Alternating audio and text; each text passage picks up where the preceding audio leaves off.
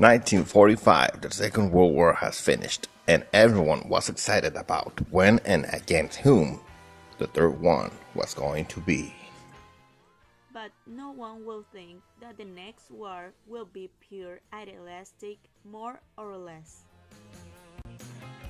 That's right, because the next war that the entire globe was going to see, it was capitalism versus socialism.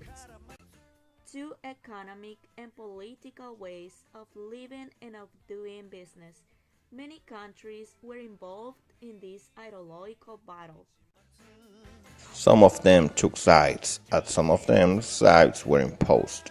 But today we are going to focus on one nation divided by these two systems, Korea.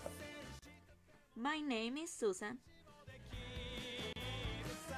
And my name is Gil, and welcome to other episode of The Spoils of War. Mission 1, start.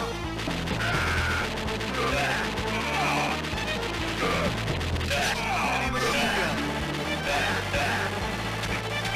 Thank you. Shotgun, thank you. Back in 1910, the Korean peninsula was occupied by the Empire of Japan. They installed industrial parks on the north area of Korea. But in 1945, after Japan surrenders to the Allies, the peninsula was taken by the Soviet Union and the USA. The Soviet Union and the USA divided the country by the parallel 38, making that line the border of the brand new two Koreas, one in the north occupied by the Soviets and socialism, and one in the south occupied by the Americans and capitalism. In 1948, due to the Cold War, two separate governments were created, North Korea and South Korea. The occupants of the two Koreas installed puppet governments so they can manipulate each part of the divided peninsula. In North Korea, Kim Il-sung established a totalitarian-centered state based on industrial economy. And in the South, the democracy with an open market economy was established alongside its first president, Syngman Rhee.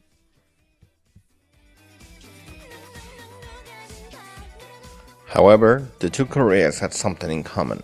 Both of them believed that the entire territory belonged to them. In other words, both Koreas wanted the entire peninsula for themselves. This conflict resulted in a war. In 1950, North Korea crossed the border and invaded South Korea. That was the first real conflict during the Cold War. North Korea invaded the South with Soviet tanks and weaponry. The USA and the United Nations sent help to South Korea, but North Korea forced the resistance to move back to perimeter of Pusan, an area down south of Korea near the coast.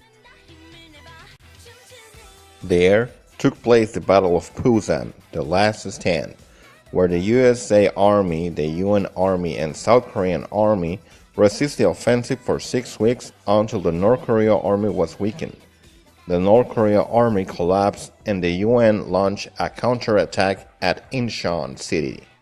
The Battle of Incheon was the counterattack of the UN against North Korea.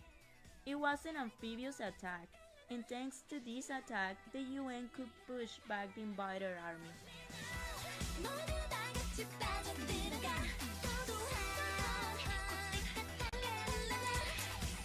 North Korea was pushed back to its territory and almost defeated in the north, but China popped up to help its buddy, and together they faced the South Korea defensive to both original territories on parallel 38. In 1953, an armistice was agreed and with it, the end of the battle. The battle has ended, but not the war, because even in our days, both Koreas, they have never signed a peace agreement. A lot has happened since 1953 in the peninsula. Changes of politics, changes of leaders, reunification plans, nuclear threats, and more. so much more that we will need more videos. That's right, so let's continue in other video. My name is Gil. And my name is Susan. And thank you for joining us in this episode of Spoils of War. See you next time. Bye!